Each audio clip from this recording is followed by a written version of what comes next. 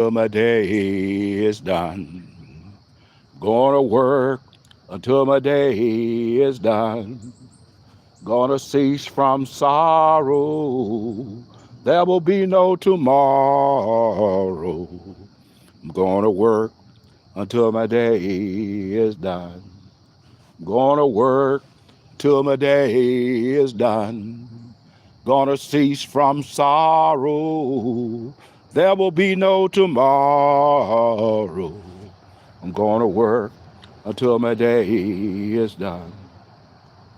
Gonna work till my day is done. Get out of those screens. Get out. Get out. Get out. This puppy makes me so angry. He go sit in the one place he know y'all not sitting.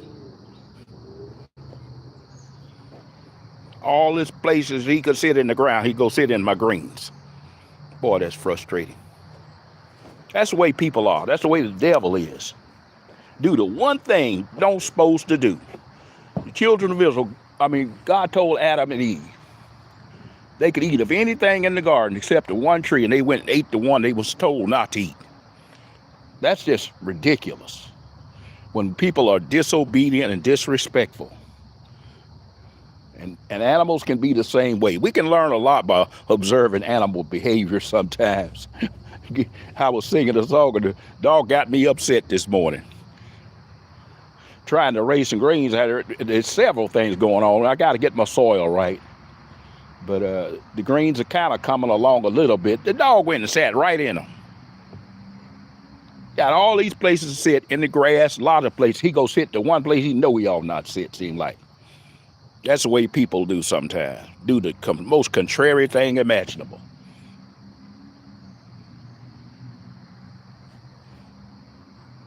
Today we're going to talk about, what is the subject today? We've got work to do. We do. We have work to do. I'm from Pine Bluff, Arkansas. Where are you from? Coma? Where are you from today? God bless you for coming in today. We appreciate all of you joining us today at this live. Today our subject is, we've got work to do. I've been remodeling this house for some time now and making progress. But I'm thinking back, let's see, last summer, my brother helped me do a little bit of work. Had a leaky roof, so he helped me just a little bit. I think, get out of there. Get out of there. They just walk to this, I'm trying to raise some greens, and these dogs go, I'm going to lock them back up in their doghouse probably, get them going there, and I'm going to close them up again. They aggravating me. I'll show you these pups a minute here. See if I can get them to go back in the house.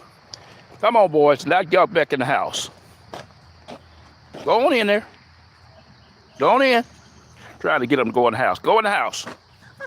Go in the house. Go in the house. In the house.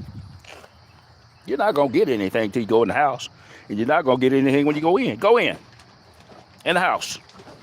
Now, I'm going to close them up. They're getting on my nerves. Now I get back to the message. These puppies are really aggravating sometimes. But that's the way it can be. That's what we're talking about today.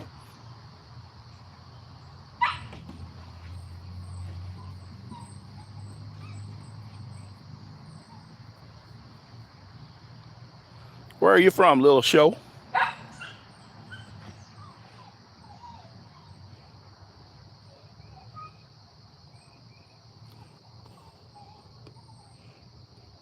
Well, I'm from the United States of America. I seem like y'all may be from someplace else.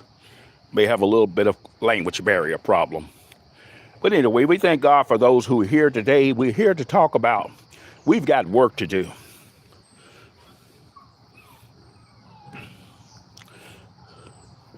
Some people act as though they think since Jesus died on the cross, everything is good and we got nothing to worry about. Just claim we believe in him. But Jesus gave us a job to do. He said, go ye into all the world and preach the gospel.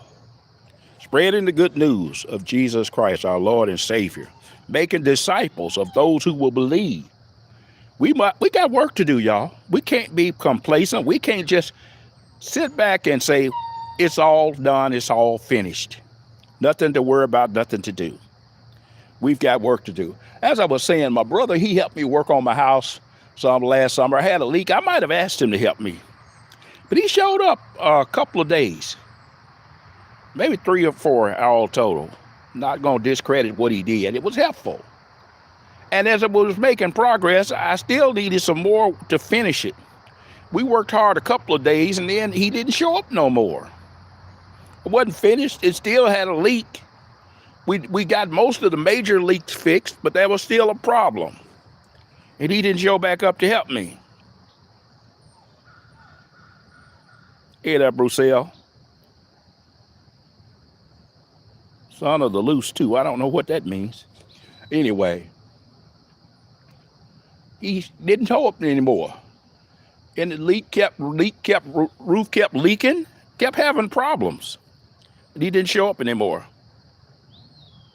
And so I was waiting on an insurance settlement to get something done. It finally didn't come. Finally, in January, I got my insurance settlement. Then I was going to get my roof fixed. And it still took 4 more months before I could get somebody to come and do the roof. I had the money to pay to get it done, but couldn't get it done. But I finally got it done. And I made so much progress when I got the roof done. I was excited. I wanted my brother to come by and help me last week because I wanted to tear off some siding or replace some siding. I said, I can tear it all off. I asked him if he could come by a few hours and help me put it up. You know, let's get it started. I could finish it once I got it nailed in place, tacked up. He said, well, he's our truck driver. He's talking about his weekends are kind of full. I said, just a couple of hours. He didn't show up. He went to his granddaughter's graduation in Wichita, Kansas this past weekend, Monday. So he didn't show up. I called him yesterday. He didn't answer. It went to voice message, say he was unavailable. But when I was working on the stairs yesterday, I was supposed to do some live yesterday and get to do very many because I was working on building some stairs for my upper rooms. One of them is going to call the upper room. The other is I don't know what I'm calling it just yet, but anyway, the upper rooms. One of them is the upper room. But I was working on the stairs. I finally figured out how to do them, so I was working on that most of the day. And the reason I continued to work on it, the thought occurred to me. Because I had been working, I had started the stairs, I thought about it 6 years ago, 7 years ago, something, long time ago. I just had never done it. Finally getting around to remodeling this house completely, finishing it. But anyway, I thought about it and I couldn't figure it out. But when I finally figured it out, what I was going to do, I started working on it about 3.5 years ago. Almost 4 years ago, the stairs. And so then now, I got it all figured out. But I was wanting my brother to help me. He went to school, he studied engineering. He didn't finish in engineering, but he started engineering. I was going to get him to help me do the stairs. He never would come and help me do the stairs. And I had the lower part of them finished, but he just wouldn't help me. So I figured it out yesterday. I thought about it. I said, no help is coming. And since no help is coming, I just decided I'm going to get busy. And I got most of it finished. I'm going to finish them up today. I just took a little break from right now and came and decided to do this live. But I'm going to get back on those stairs today. I've almost got them finished. I'll show you them later on today on the 4715 channel. I've got them finished. I'm going to get back up there and get started on the upper room. That's what I'm saying today. We've got work to do. Sometimes we can get complacent. Somebody was asking me, why do you talk about end times so much? No man knows the day to the hour. I'm not talking about the end times. The only time I'm talking about the end times is letting you know don't worry about the end times. You need to get right. You need to be busy. You need to be doing what the Lord has given you to do today. We've got work to do. We don't have time to play around. We don't need to be complacent, be slowful or lazy. If we are, we're going to be lost because God is going to send his son back one of these days. We don't know when. It's not about when. It's about being ready. For he's going to come like a thief in the night. He's going to catch many of us with our work undone. That's the problem. Don't be caught not doing what God told you to do.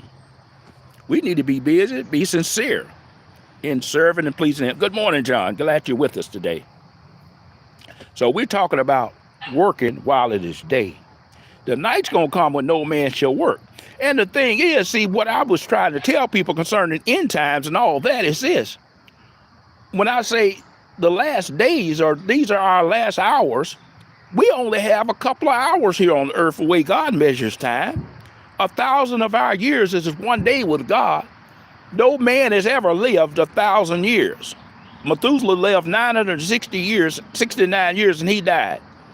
I think his grandfather lived 962 years, and he died. Noah lived 950 years, he died.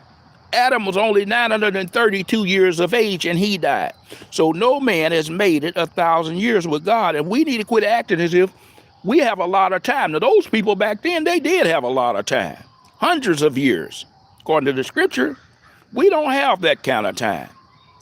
Nowadays, it's rare if anybody lives over 120 years old. Most people don't make it to 100. There are a few centurions, but not many.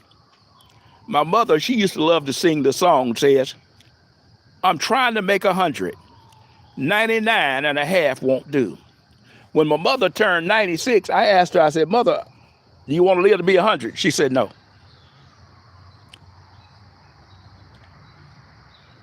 She was in fairly decent health. But the problem is her children, many of them were disrespectful, disobedient. Not that they had to obey, but they grown, but they was not doing things that was in her best interest or for her good. We can get so busy caught up in doing what we want to do in people's lives, we'd forget to do what's needful to them. And that's what they were doing. They were doing things that she didn't want to be in the world anymore. Sometimes my brothers would call her on the phone. She was a little bit hard of hearing, but the main thing, she didn't want to talk to him on the phone. She would talk to him a little while, and then she acted all disinterested until I'm sitting there listening to it. And I finally figured it out. I say, she didn't really talk very much to him. I said, and I realized one day, I say, I get it. You want them to come see you. She would talk a little while, and she acted like she was disinterested until they hang up. And she said, that's right. She wanted them to come to see her. She was doing stuff to get them to come see her. My fiance used to sort of do something similar to that.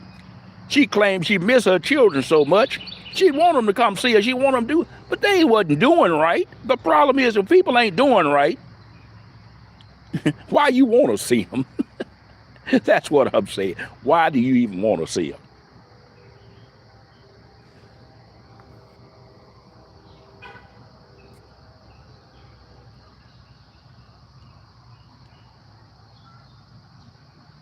EGN, where are you from? I'm from Pine Bluff, Arkansas, here in the United States. Where are you from? So,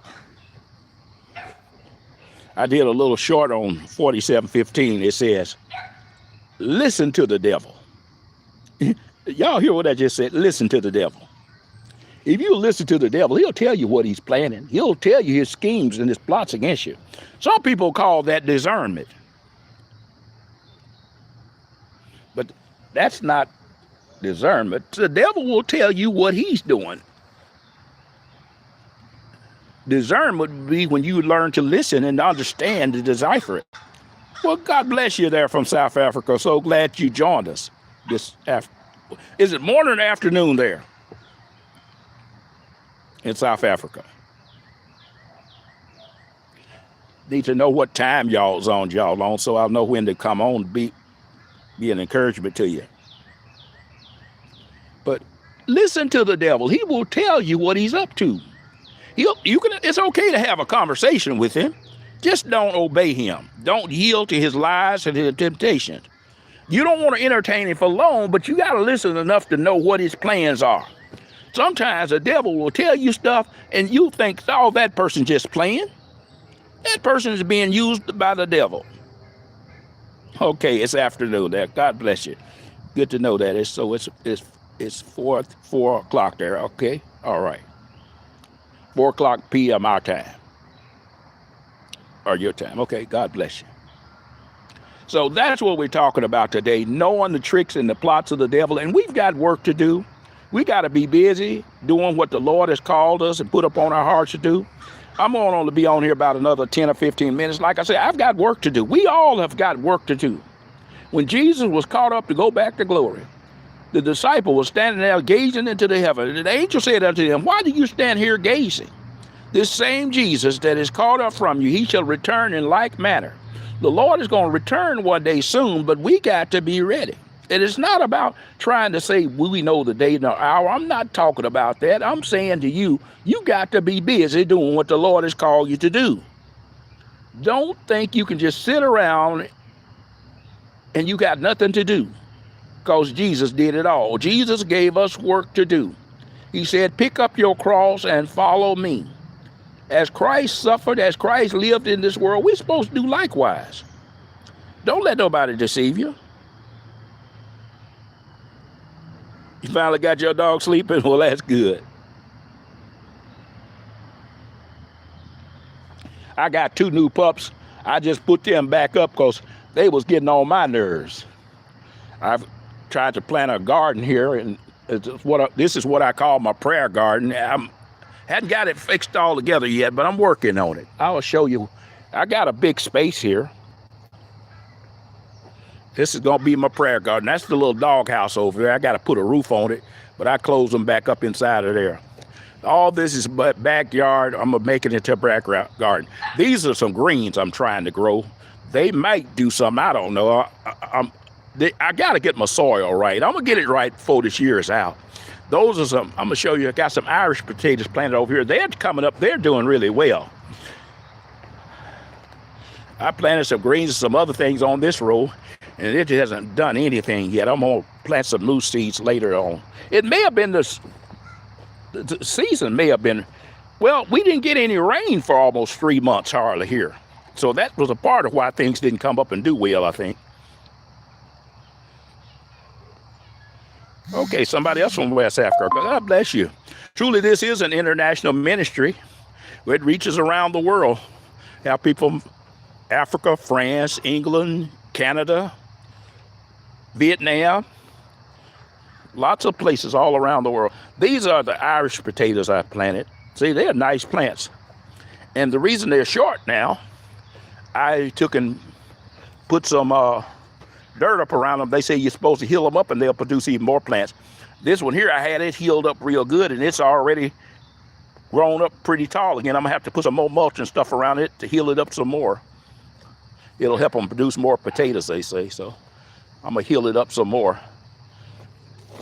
This plant here is looking really nice, so I need to heal that up, put about another 4 inches of soil, just leave the top part up available. It seems wrong, they say, to do that, but that's what you're supposed to do. So that's what I'm gonna get this on that. Like I say, right here I planted, nothing's come up. Here I planted some peas. The ground was just like a field, so this is the first year I'm really trying to break it up to do anything with it. So it's a learning process. I know how to plant a garden, do stuff, but this soil, it's sort of tricky, it seemed like. But anyway, I'm gonna get something to grow here. If not this spring, in the fall, I will get something to grow. I'll get it ready though and get it all figured out. I'll show you this. I got some debris still to pick up. I'm gonna have to try. I got these old big pine trees. See those big limbs there? I need to get something to cut those down. They make something called a sky track. It'll reach up to about 19 feet tall. Well, that's about 30 or 40 feet tall. Some of those limbs. So if I get that sky track, it will raise me up to 19 feet. And if I get one of those pole saws, it'll reach up to 16 feet. That will let me reach up to about 35 feet, well, about 40 feet. And I might be able to saw off that bottom limb, some of those bottom limbs right there. See, that one hangs way down out here over the yard. If I can cut off that, just some of those, then I do. Or I may get somebody to come with a bucket truck. I just need them to cut the limbs down.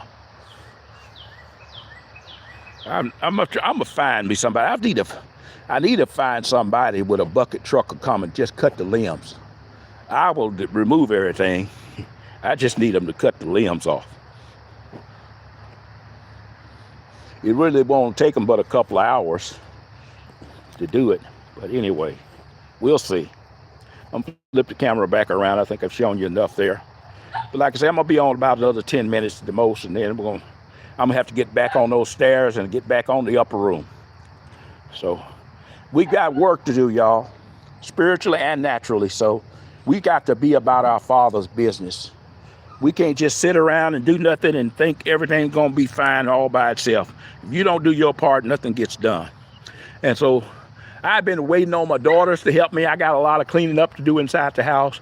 And so this morning, I was working on the stairs, and I was going to start on them this morning at 7 o'clock. Couldn't find my hammer. It's misplaced under some debris or something, so.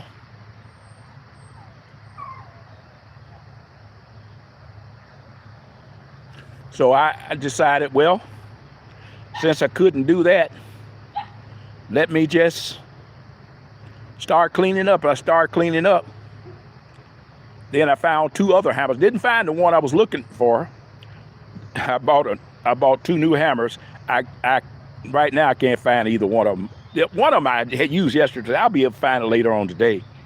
One of them I'm not sure where it is. I might have left in the yard. Somebody may have picked it up. I don't know. But anyway, as I was cleaning up, I found 2 other hammers that I wasn't even looking for right away. So that's good.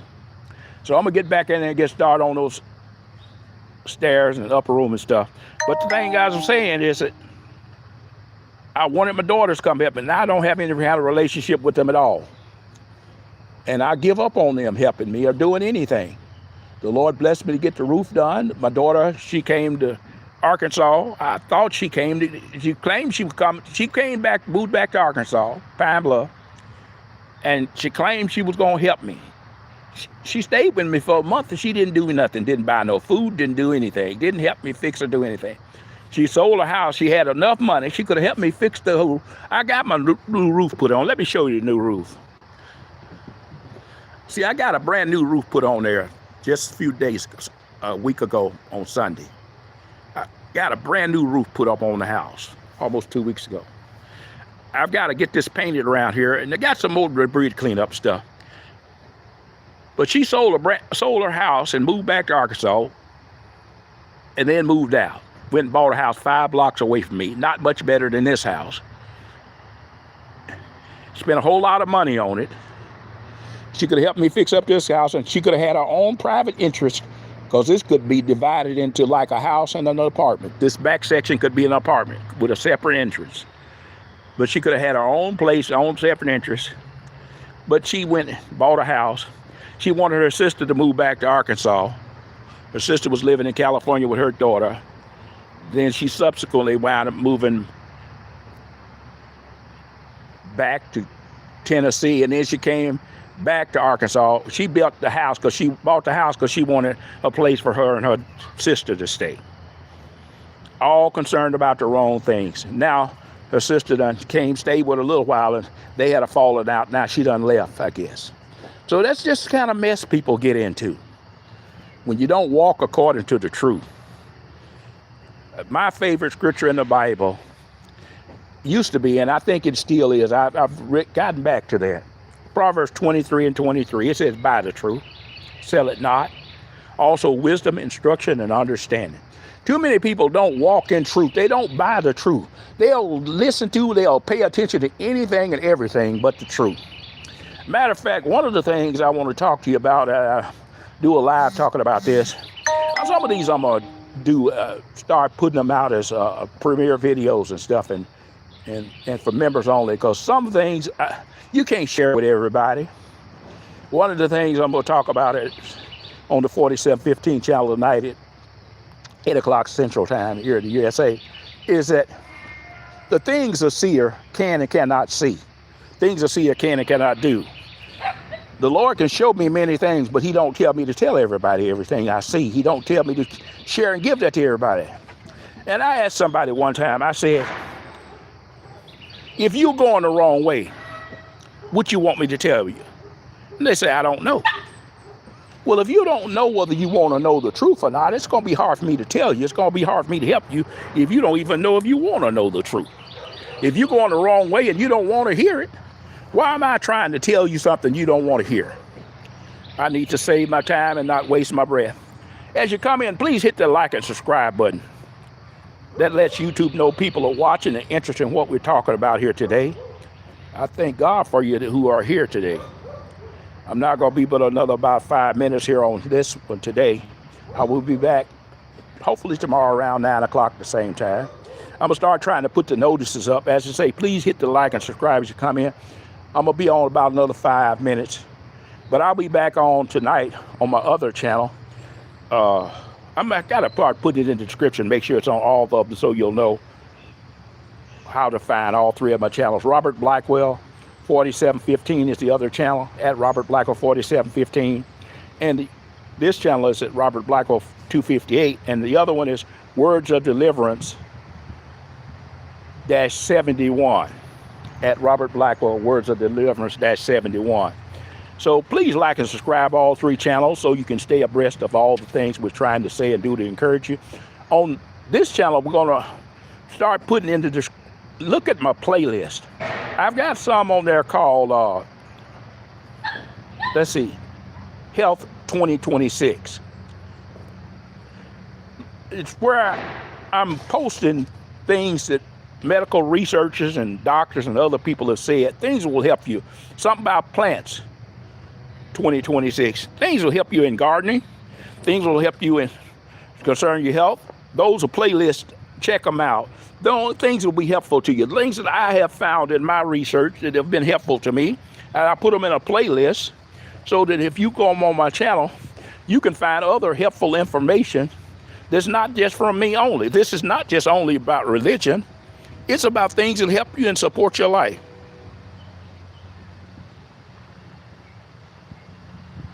Are we supposed to honor ungodly parents? Yes, you honor them too. How are you going to win ungodly parents if you don't honor them? If you dishonor and disrespect them, you have no chance of winning them to Christ. If they gave you birth and they gave you life, why would you dishonor them?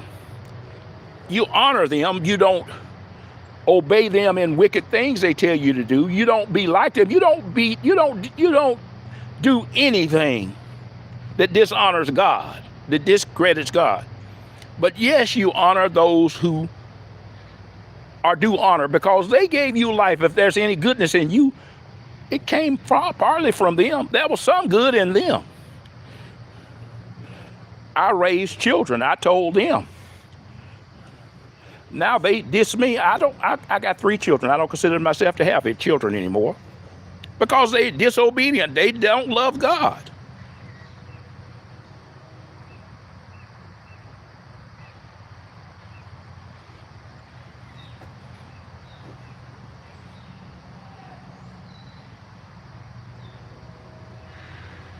No, that's not right either. That's not right. The higher, you don't ignore people. If you ignore them, that's dishonoring them. See, you have to use your words carefully. If you ignore people, that's disrespect. That is disrespect.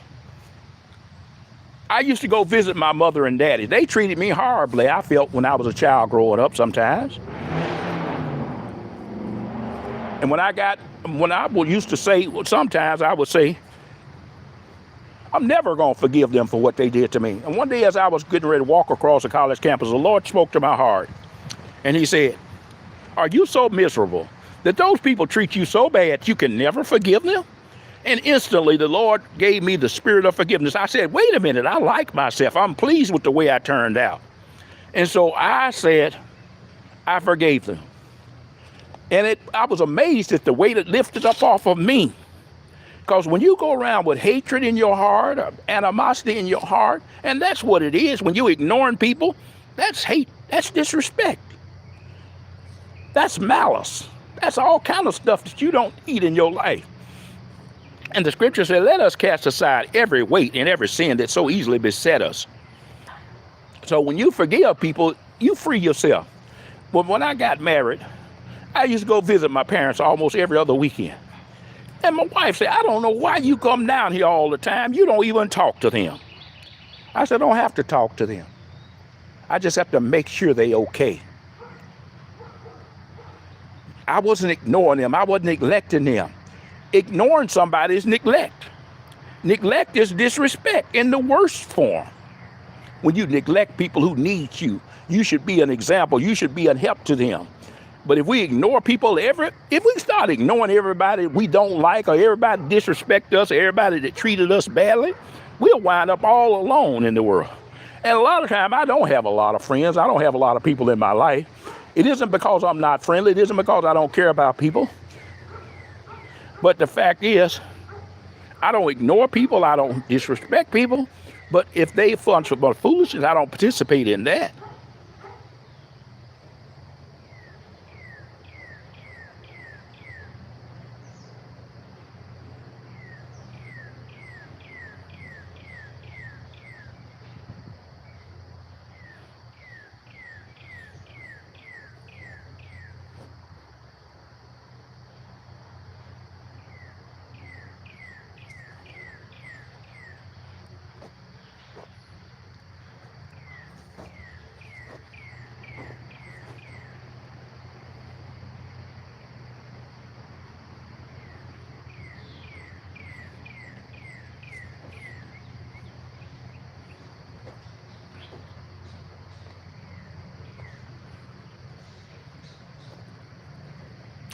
I'm just thinking about what the higher is talking about here.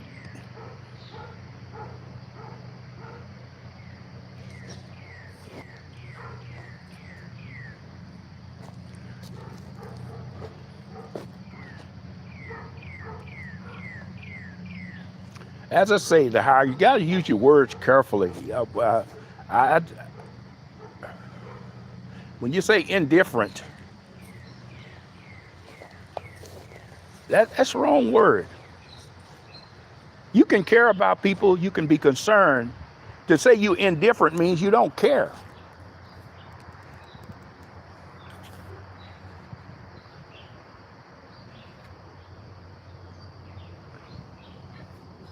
If you don't care, that's wrong. If you're indifferent, you would that they would do right, you should pray for them. The scriptures say pray for them. If you're indifferent, you won't even pray for them. You won't be concerned. So indifference is wrong too. You have to be concerned, and you know, I'm not indifferent toward my children. I said, consider yourself not to have a daddy anymore. You won't listen to me. You don't care about me. You don't listen to what I say. You don't respect what I say. I'm not indifferent toward them.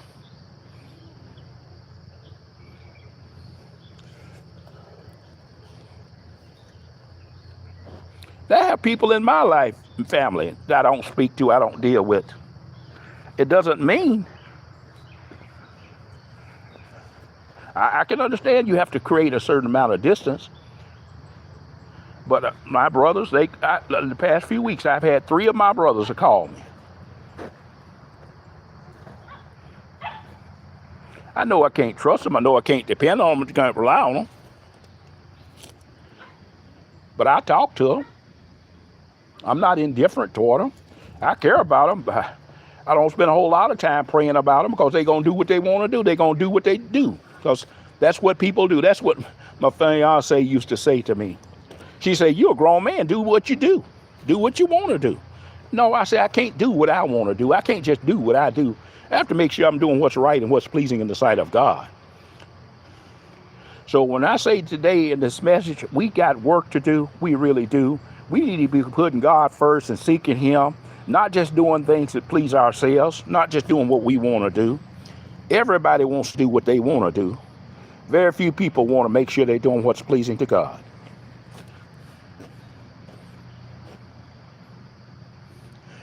Well, y'all, I done told you I was going to get off here and I'm about 5 minutes over what I planned on being. So I got to get to work, y'all. We got work to do. I'm going to get back upstairs and get on this upper room and stairs. So God bless you. I'll see y'all soon.